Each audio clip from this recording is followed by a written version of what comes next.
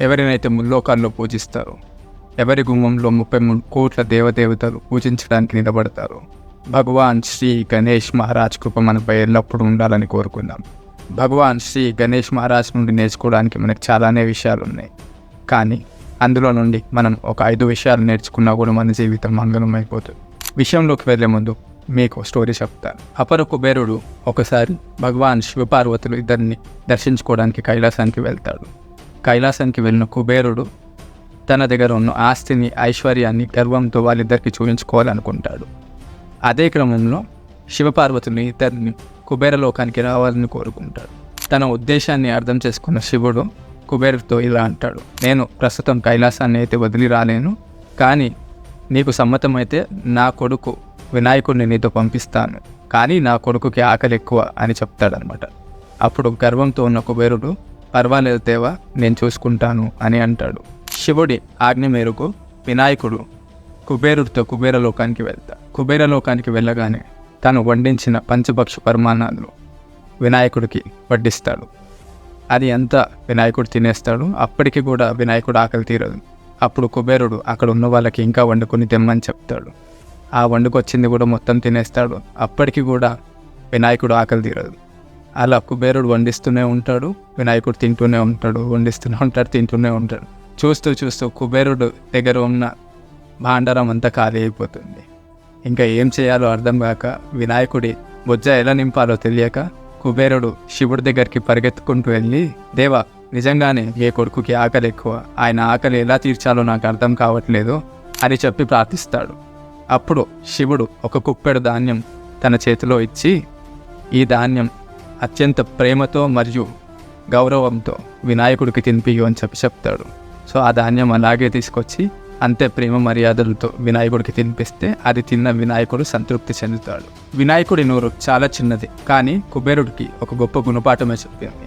ఈ కథలో కుబేరుడి నోటి దురుస్తనం మరియు గర్వం గురించి మనకు తెలుస్తుంది. మనిషి కూడా ఎంత సంపాదించినప్పటికీ, తన జీవితంలో తను ఎంత ఉన్నత స్థాయిలోకి వెళ్ళినప్పటికీ కూడా తను ఇతరుల పట్ల ఎప్పుడూ ప్రేమగా ఉండాలి, అవతల వాళ్ళకి ఎప్పుడూ గౌరవం ఇవ్వాలి. రెండోది, మనం ఎప్పుడు ఎవరితో మాట్లాడినా చాలా ఆలోచించి మాట్లాడాలి. ఒకసారి నోరు జారితే దాని పరిణామాలు మామూలుగా ఉండవు. దానివల్ల చాలా బంధాలు కూడా బలహీనమైపోతాయి. ఒక సమయంలో అన్లాసురు అని ఒక రాక్షసుడు ఉండేవాడు. స్వర్గలోకంలో మరియు భూలోకంలో అతని అరాచకాలకు అంతే లేదు. భూలోకంలో అయితే మనుషులను, ఋషులను, మునులను అమాంతం సజీవంగా మింగేసేవాడు. అప్పుడు ఈ ఋషులు, మునులు వీళ్ళంతా కలిసి వినాయకుడి దగ్గరికి వెళ్ళి అన్లాసురు రాక్షసుడు చేసే అరాచకత్వాల గురించి చెప్తాడు. అప్పుడు వినాయకుడు వెళ్ళి అమాంతం ఆ రాక్షసుడిని మింగేస్తాడు. ఆ రాక్షసుడిని మింగేగానే వినాయకుడి బొజ్జలో విపరీతమైన మంట మొదలవుతుంది. ఆ మంటను తగ్గించడానికి చాలా ఉపాయాలు చేస్తారు, కానీ అవేవి పనిచేయవు. అప్పుడు కశ్యప మహర్షి 21 మూలికలతో ఒక మిశ్రమాన్ని తయారు చేసి అది వినాయకుడికి తినిపిస్తారనమాట. ఆ మిశ్రమాన్ని తినిపించగానే వినాయకుడి బొజ్జలో మంట చల్లారిపోతుంది. బహుశా అప్పటి నుంచేనేమో ఈ 21 మూలికలు వినాయకుడికి ఎక్కించే సాంప్రదాయం వచ్చి. ఈ కథలో ఇతరులకి హాని కలిగించే ఏ విషయాన్నైనా మనలోనే దాచేసే తత్వాన్ని చెప్తుంది. ఇక్కడి మాటలు అక్కడ, అక్కడి మాటలు ఇక్కడ చెప్పడం వల్ల కలిగే అనర్థాలు మామూలుగా ఉండవు. దీనివల్ల ఎన్నో రిలేషన్స్ పాడైపోతాయి. సో ఇతరులకి హాని కలిగించే ఎలాంటి మాటలైనా మన లోపలే దాచేసుకునే తత్వాన్ని ఈ కథ మనకి చెప్తుంది. వినాయకుడి పెద్ద పెద్ద చెవులు మనకి చాలా జాగ్రత్తగా వినాలి అనే విషయాన్ని నేర్పుతాయి. ఎవరైతే జాగ్రత్తగా వినరో వాళ్ళకి జీవితంలో చాలా నష్టాలు జరుగుతాయి. ఒక ఊర్లో ఒక ముసలావిడ ఉండేది. ఆమెకు ఒక కొడుకు ఉండేవాడు. ఆమె వినాయకుడికి అతిపెద్ద భక్తురాలు. ఆమె భక్తికి ప్రసన్నమయ్యి వినాయకుడు ఆమెకి దర్శనమిస్తాడు. దర్శనమిచ్చి నీకు ఏం వరం కావాలో కోరుకో అని అంటాడనమాట. అప్పుడు ఆ ముసలావిడ, నువ్వు దర్శనమిచ్చావు స్వామి, అంతే చాలు, అంతకు మించిన వరం నాకేం కావాలి అని అంటది. అన్నప్పుడు వినాయకుడు ఏమంటాడంటే, నువ్వు చాలా జాగ్రత్తగా ఆలోచించుకొని చెప్పు, కావాలంటే మీ కొడుకునో కోడలను అడిగి చెప్పు, నాకు నీకు వరం కావాలో వద్దో అని అంటాడనమాట. అప్పుడు ఆ ముసలావిడ వాళ్ళ కొడుకు దగ్గరికి వెళ్ళి, నాకు ఇట్లా వినాయకుడు ప్రత్యక్షమయ్యాడు, వరం ఇస్తా అంటున్నాడు, ఏం వరం అడగమంటావు అని చెప్పేసి వాళ్ళ కొడుకుని అడుగుతుంది. అప్పుడు వాళ్ళ కొడుకు ఏమంటాడంటే, మనకి చాలా డబ్బులు ఇవ్వనమ్మా అని అంటాడు. అప్పుడు వాళ్ళ అమ్మ కొంచెం ఆశ్చర్యపోయి దాని తర్వాత వాళ్ళ కోడల దగ్గరికి వెళ్ళి అడుగుతుందన్నమాట. సేమ్ మళ్ళీ వినాయకుడు ప్రత్యక్షమయ్యాడు, నాకు ఏం వరం కావాలో కోరుకో అన్నాడు, ఏం అడగమంటావు అని చెప్పేసి వాళ్ళ కోడలను అడుగుతుంది. వాళ్ళ కోడలు ఏమంటుందంటే, అత్తయ్య చాలా వెండి బంగారం అడుగు అత్తయ్య అని చెప్తుంది. అప్పుడు ఆ ముసలావిడ, వీళ్ళంతా వాళ్ళకి కావాల్సిందే కోరుకుంటున్నారు, ఇట్లయితే కుదరదు అని చెప్పేసి తన స్నేహితురాల దగ్గరికి వెళ్ళి చెప్తుందన్నమాట. ఇట్లా నాకు వినాయకుడు ప్రత్యక్షమయ్యాడు, ఏం వరం కావాలో కోరుకో అని అన్నాడు అని చెప్తుంది.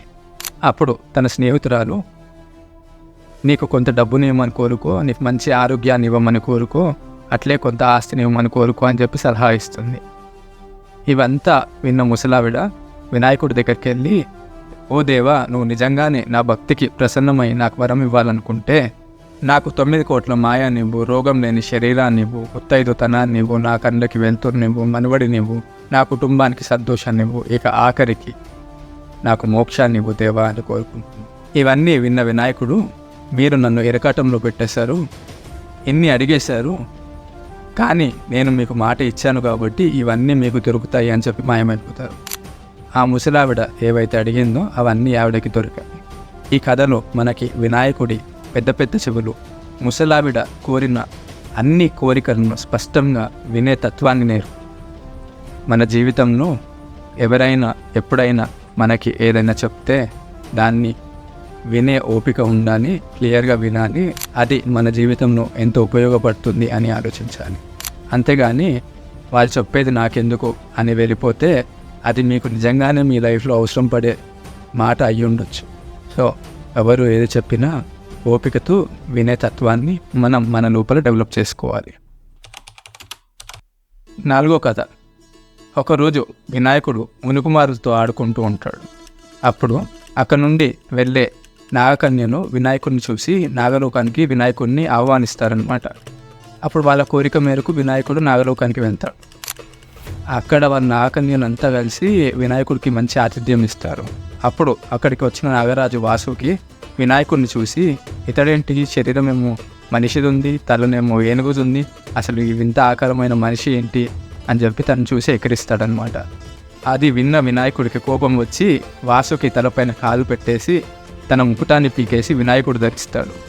ఇది అంతా విన్న శేషనాగు తన తమ్ముడితో ఎవరిలా ప్రవర్తించారని చెప్పేసి వచ్చి చూడగా వాసుకి పైన ఉన్న వినాయకుడిని చూస్తాడు.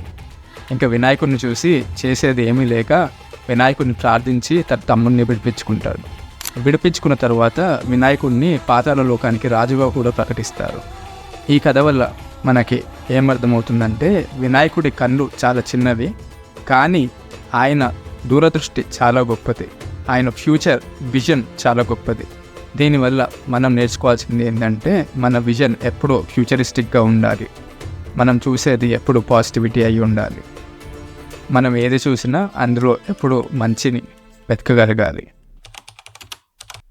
ఇక 5వ కథ మనకి ఏం తెలుపుతుందంటే, మన దగ్గర ఎంత జ్ఞానం తెలివితేటలు ఉన్నా వాటిని ఎలా వాడాలో తెలిసి ఉండాలి.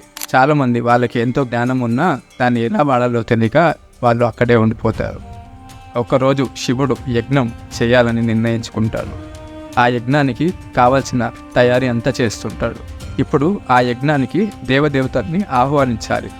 ఇక్కడ చూస్తేనేమో పనులు ఉన్నాయి, అక్కడ వెళ్ళి ఆహ్వానించాలి. అప్పుడు శివుడు ఏమనుకుంటాడంటే, నాకున్న పనులకి నేను దేవదేవతల దగ్గరికి వెళ్ళేసి వాళ్ళకి ఎక్కువ సమయం ఇవ్వలేనేమో, దానివల్ల వాళ్ళు బాధపడే అవకాశాలు ఉంటాయి, అయితే ఈ పని మనం ఎవరికైనా అప్పచెప్తే బాగుంటుంది అని చెప్పేసి అనుకుంటాడు.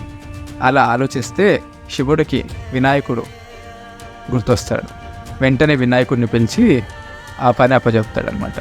వినాయకుడు ఇలా ఆలోచిస్తాడు, నాదేమో ఇంత పెద్ద శరీరము, నా వాహనం ఏమో ఎలుక, ఇప్పుడు నేను ఈ ఇన్విటేషన్స్ పట్టుకొని వీరందరి దగ్గరికి వెళ్ళి తిరిగి రావాలంటే ఎంతో కాలం అయిపోతుంది, ఆలోపు ఈ యజ్ఞం కూడా అయిపోతుంది, ఇప్పుడు ఏం చేయాలి అని ఆలోచిస్తుంటాడనమాట. అప్పుడు వినాయకుడికి ఒక ఉపాయం వస్తుంది. శివుడు సకల దేవతామూర్తుల నివాసం. అయితే వినాయకుడు ఏం చేస్తాడంటే, శివుడికి పూజ చేస్తూ శివుడిని ఆహ్వానిస్తాడు. శివుడు సకల దేవతామూర్తుల నివాసం కాబట్టి శివుడు వచ్చేటప్పుడు శివుడితో పాటు సకల దేవతామూర్తులు కూడా అక్కడికి వస్తారు. అక్కడికి రాగానే వినాయకుడు ఏం చేస్తాడంటే, ఆ ఇన్విటేషన్స్ అన్నీ తీసుకొని ఆ దేవుళ్ళందరికీ ఇచ్చేస్తాడు. అంటే వినాయకుడు ఎక్కడికి వెళ్ళకుండానే అక్కడే ఉండి దేవుళ్ళందరూ అక్కడికి వచ్చేలా చేసి వాళ్ళందరికీ పర్సనల్గా ఇన్విటేషన్ కూడా ఇస్తాడనమాట. అంటే ఆయన తెలివితేటల గురించి ఈ కథలో మనం తెలుసుకోవచ్చు. అలాగే మనం కూడా మన తెలివిని ఎలా వాడాలి అనే విషయాన్ని ఈ కథ ద్వారా తెలుసుకోవచ్చు. ఒకవేళ మీకు ఈ వీడియో నచ్చినట్టయితే లైక్ అండ్ సబ్స్క్రైబ్ చేసుకోండి.